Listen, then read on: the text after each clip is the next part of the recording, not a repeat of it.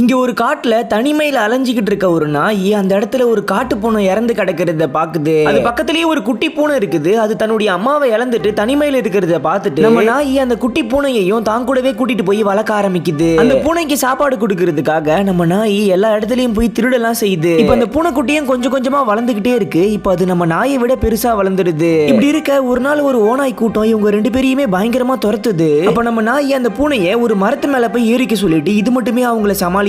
இதால அத்தனை பேரையும் சமாளிக்க முடியாது. அவ்வளவுதான் காலின்னு பார்த்தா நல்ல வேளையா அந்த இடத்துக்கு சில மனுஷங்க வந்து அந்த ஓநாய்களை துரத்தி விட்டுறாங்க. அதுக்கப்புறம் இவங்க ரெண்டு பேரும் பனிக்காலத்துல வரக்கூடிய ஐஸ் கட்டில எல்லாம் ரொம்ப ஜாலியா விளையாடிக்கிட்டு இருக்காங்க. அப்ப திடீர்னு அங்க பயங்கரமான பனிச்சரிவு ஏற்பட்டு அதுக்குள்ள ஒருத்தர் மாட்டிக்கிறாரு.